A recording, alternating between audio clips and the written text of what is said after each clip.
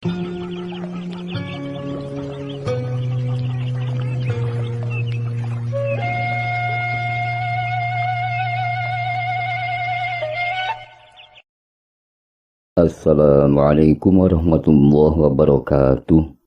Aturan para mitra Sunda, di mana bae para mitra linggihna, tim kuring saja nyarioskeun hiji dongeng misteri Sunda nu ngageugeum rawa seratan Ki Adikarya wargin mulia. Hatur nuhun kanu ngarangna. Wilujeng ngadangukeun mugia ageng guna sareng manfaatna kanggo urang sadayana. Amin ya Allah ya Rabbal Alamin.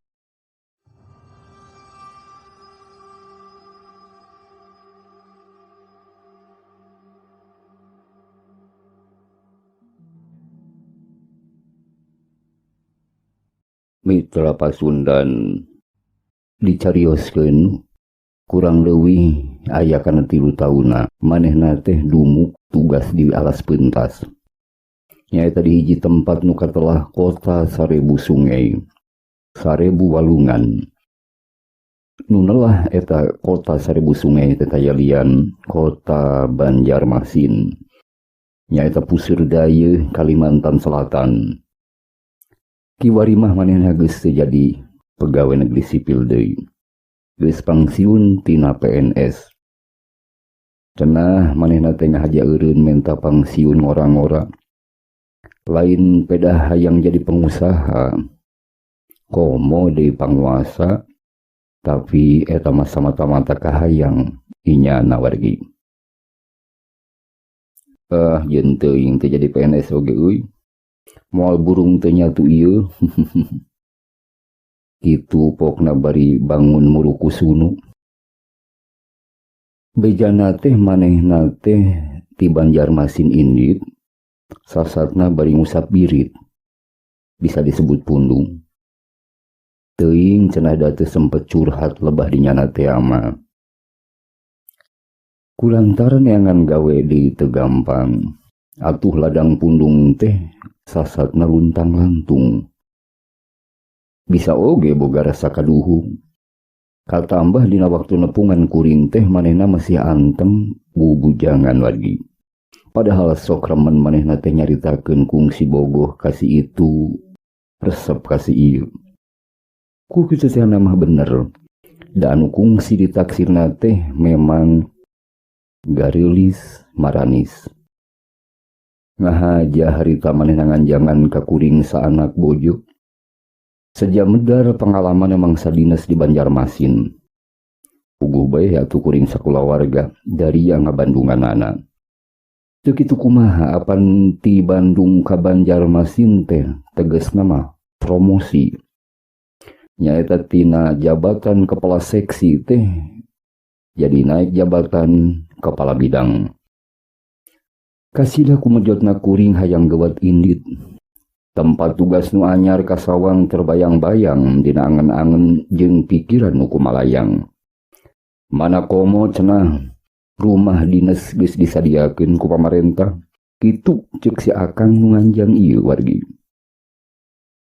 Kacaturkeun sabada diistrenan ku Menteri Penerangan di Jakarta, kuring can bisa meuntas. Eta atuh da ongkos jalana can katarima. Atuh kapaksa kuring pulang anting Bandung Jakarta. Sasatna mah make ongkos meunang ngetlok ti mertua indah. Alhamdulillah antukna beres roes cenah. Mentas teh ngahaja make kapal laut. Arung samudra cinta bahari. Ngahemat atuh ketang utama nama. Apan ari kudu kana kapal udara mah ongkosna kudu onjoy. Poe Sabtu tengah poe harita teh keur panon poe meujeuhna mentrang-mentring. Bisa disebut tengah poe ereng-erengan. Kapal motor atawa KM kelimutu mentaskeun kuring sabondoroyot jeung ribuan urang sejena ti palabuhan Tanjung Perak Surabaya. Gancangna carios tepi wae ka palabuhan laut Trisakti Banjarmasin Kalimantan. Wargi imah dina sang ditempatan kuring teh kawilang gede turta ublug ablag lega panjang wargi timiti teras hareup nepi ka pongpok teh ditilik-tilik ieu imah teh jiga nama geus umuran bisa disebut rumah tua di tengah kota teu anggang ti Walungan Martapura. Samemeh kuring eta imah teh geus lila tara aya nu nyicingan sasatna kosong. Tetela kurang kaurus imah teh boh di jerona, boh di luarna. Ieu imah aya dina luhureun rawa wargi. Jadi kolong imah teh wujudna rawa-rawa. Kuninga rawa-rawanya. Wargi meh sakabeh bahana diwangun tina kai. Ubin atawalan teh eta imah teh tina kai besi anu teuas anu disebut kai ulin tea. Kacida rekepna rapi nutupan rawa-rawa. Kalayan dilapis ku amparan tina plastik ku anda anyaman. Di bulah luhur kentengna oge tina kai sirap. Sedangkeun tihang-tihangna masih warlol. Lampu-lampu gantung dipasang di rohangan tamu jeung di patengahan imah. Paparabotan imah kabehana oge inventaris kantor, kursi tamu sasetel, oge mejana dijieunna teh tina awi gombong, adu manis pamengkeutna tina hoe. Weutuh keneh wargi. Jigana mah anyar meuli. Ari meja-meja katut kursi sejenna mah saaya wae rupa-rupa. Saayana wae rupa-rupa wargi. Rohangan tamu eta imah caangna henteu ngandalkeun listrik unggul. Angot mun pabeberang mah cukup tina cahaya sang surya panon poe. Kawuwuh rohangan tamu teh ti lebah wates rohangan patengah nepi ka teras hareup di kacaan jeung di tralisan. Wargi dina mangsa reupeting rohangan tamu mabra tina lampu gantung nu bohlamna kurang leuwih 5. Di kamar tidur tempat tidur kawilang masih warareutuh. Dipan kumplit jeung kasurna katut seprena oge weutuh keneh. Tapi naha wargi. Bet maklum pangaruh tina imah anu geus lawas kosong jigana mah. Eta bae bet aya perasaan anu aneh ahing kacida anu hestu hese pisan dikepeskeunana ku kuring nyaeta aya rasa puringkak puridingna curintik sabulu-bulu wargi. Dina kaayaan kitu teh kuring teu geruh ka batur teu bebeja ka tatangga. Taksiran anak jeung pamajikan oge sarua keur anteng jeung parasaan sewang-sewangan. Cigana parasaan marehna oge moal pati beda jeung kuring. Ngan arinyana teh teu betus ka kuring. Tambah angot wargi ikhtiar nyinglarkeunana bet rarasaan teh tambah rongkah ngagoda. Pano dipereumkeun teng hate jeung pikiran dipantengkeun nanada muntang ka anu maha kawasa Allah Subhanahu wa ta'ala. Nanada supaya dijauhkeun tina sagala panggoda, sagala kasieun, godaan setan anu nyatana sok ngagoda manusia sabisa-bisa ku kuring. Eta teh disinglar ku menta paneda ka anu maha kawasa bari teu poho maca sababaraha ayat suci Al-Qur'an. Kaayaan jeung perasaan kitu teh teu ieuh dicaritakeun ka anak pamajikan kuring. Kuring teu nyaho naon anu keur dipalikirkeun ku maranehanana. Jigana mah sarua pada teu betus rea wargi.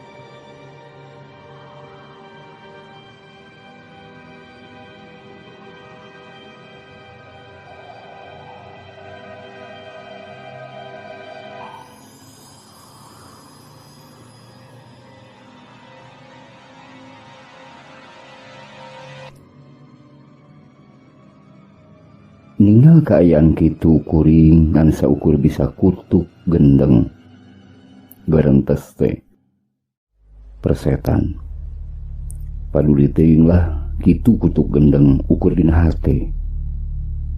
Kuring teh kudu mampu meruhkeun ieu panggoda, malah kudu dilawan jiga nama.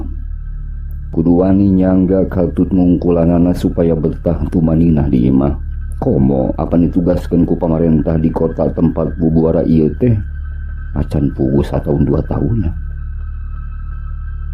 Kacaturkeun dina hiji mangsa rebun-rebun keneh pisan badak salat subuh, kuring geus singkil.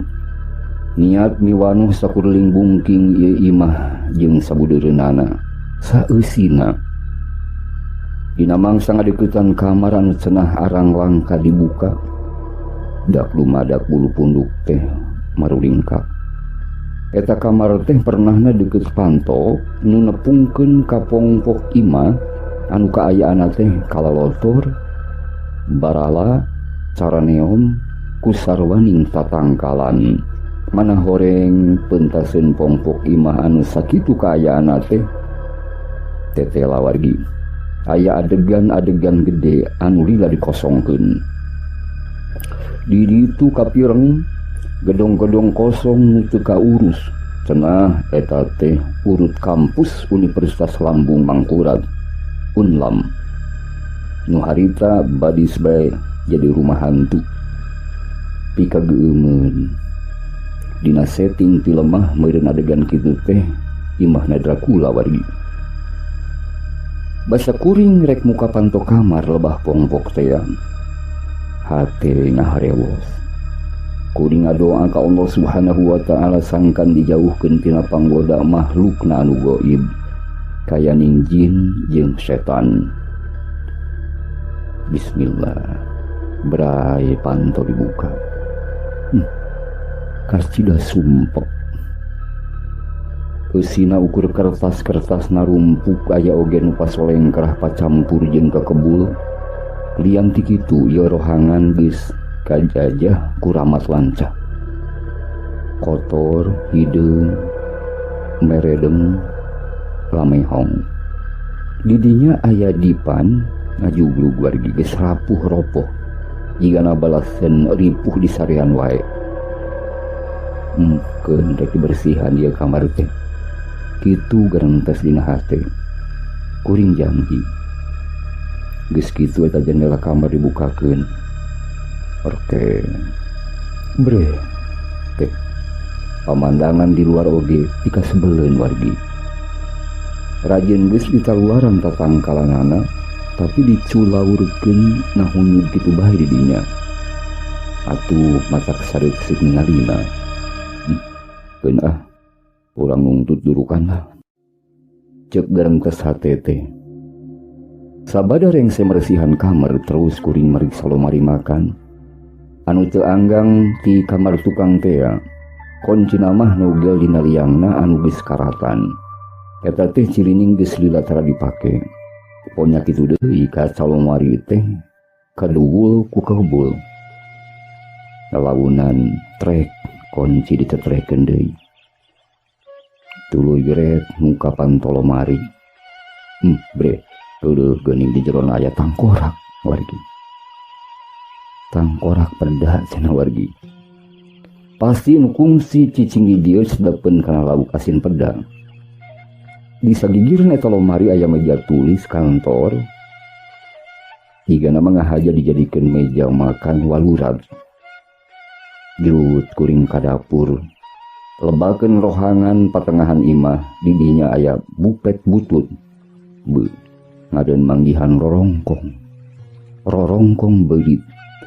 Kawiang gede taksiran waktu hirup nama. Beulit. Ngadeun kojo dina bupet. Taksiran jiga nama kalaparan tayahakaneun leuh. Kuring ngomong sorangan. Satuluyna bus kuring ka kamar mandi teu jauh ti eta dapur dah yang beser kitu wargi sekalian rek buang hajat. Nah tu wargi kakara oge rek cinggogo sabada merosotkeun papakean. anak kosopok aya sora di kolongan eta WC. Atuh rek taeun teh cios da ngelok deui cenah wargi karempodkeun ku kareuwas. Rek babar teh ngadon reha pranjug awahing kureuwas satakar kebek. Bet kuring kakarang ngeuhieun eta kolong imah teh rawa-rawa wungkul wargi. Panasaran hayang sidik anu ngageugeuh eta rawa anu harita ngagaruwahkeun teh ngareurewas kuring teh sajongjona noong kolong pelit disidik-sidik waleh simpe taya nu usik taya nu malik. Daleres atuh Pak, di kolong bunggal Pak mah seueur laukna Pak. Rupi-rupi laukna teh aya lauk haruan, papayu, lauk patin, aya oge bidawang, sarupa kuya batok nu ageung teh apa? Itu ceuk tetangga di dinya waktu kuring nyaritakeun pangalaman di eta imah. Bener pisan dicaritakeun ku tetangga teh. Eta bae dina mangsa hujan gede cai teh leber ti lebah dapur. Tembus kana garasi nepi ka buruan belah hareup. Atuh nu ngageugeuh eta rawa di kolong imah teh kalaluar liar. Bangun ngadon arulin dina sae nu ngumplang. Asa jadi hiburan puguh pikeun kuring sakulawarga. Ngabandungan lauk nu ting siriwik. Silih lendotan bangun keur saruka bunga bobogohan. Mangkaning kuring oge nempona teh tina jandela kamar tidur.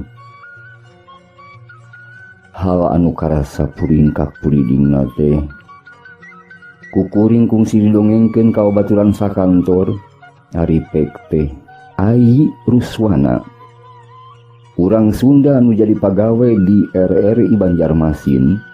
Harita nyaritakeun pangalamana oge waktu maturan saresi akang anu anteng bubujangan teh.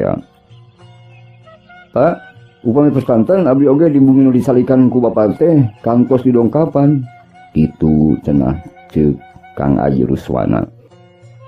Didatangan kas kusaha di mana hi? Ku makhluk halus kami tempat. Kuring kerung neuteuk si Ai. Bari ini tah nuluykeun pangalaman teh. Kumaha sok caritakeun ka Akang. Kieu Pak, abdi ningal di palebah suku sareng leungeunna. Bersih, bodas, buluan, hideung leubeut. Harita teh abdi kaboboan sabada maca buku tunduh plus. Saur tetangga mah abdi ngajerit Pak. Kokoceakan, telas lumpat suburan ja teh eta tempat.